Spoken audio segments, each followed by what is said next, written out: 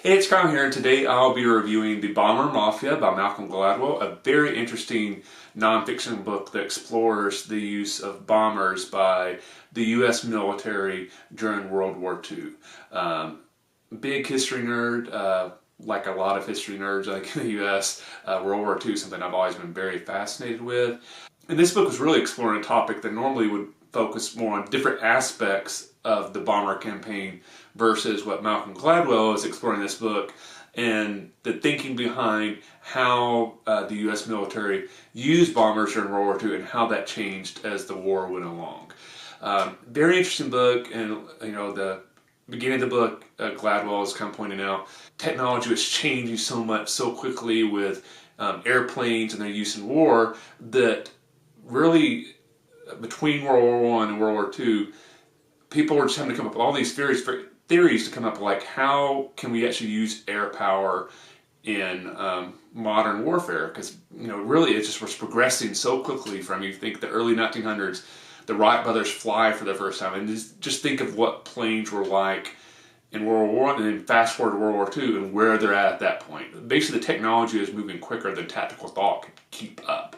Gladwell explores a very interesting period in the 1930s where you have these top officers in the what eventually becomes the Air Force, at that time is the United States Army Air Corps, basically developing theories that would basically make large-scale warfare almost like obsolete, because bombers would be so accurate that they could basically destroy armies from the air, completely annihilate a country's ability to wage warfare by targeting their industry, transportation hubs, stuff like that.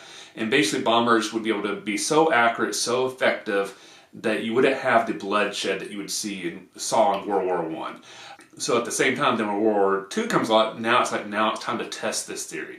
And it's very interesting because you have the British were going the exactly opposite way, and the Germans as well, basically doing more nighttime mass bombing, not really trying to target specific things, more trying to cause mass bombings to kind of just annihilate cities, impact the morale, and basically there are theories where, like, bombers cannot be that accurate, so it's really impossible to target these very precise locations, and you're having to do that during the daytime. You expose your bombers to too much counterattack from the enemy, you lose too many bombers, you're going to lose that way. What the Americans want to do is impossible.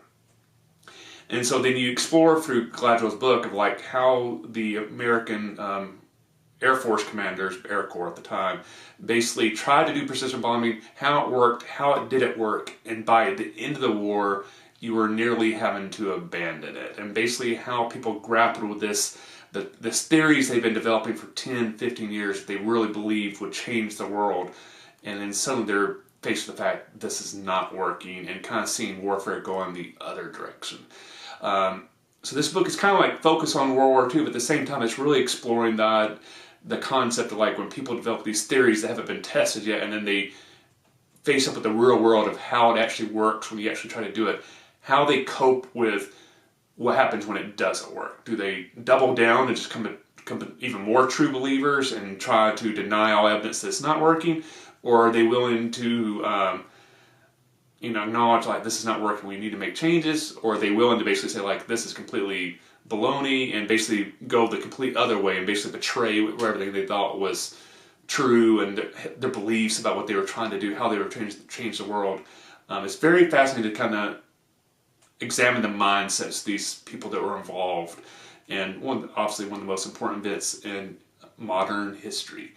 So if you like nonfiction, if you like reading about World War II, I think this is a book you'll enjoy. But if you kind of like just reading about, like, how people develop theories and how they view the world and how that belief can be shaken when they are actually confronted with evidence that counteracts their beliefs, this book can be interesting as well for you. Malcolm Gladwell is obviously a very well-known figure, written a lot of books, has a very popular podcast. You see him constantly on the news, talk shows.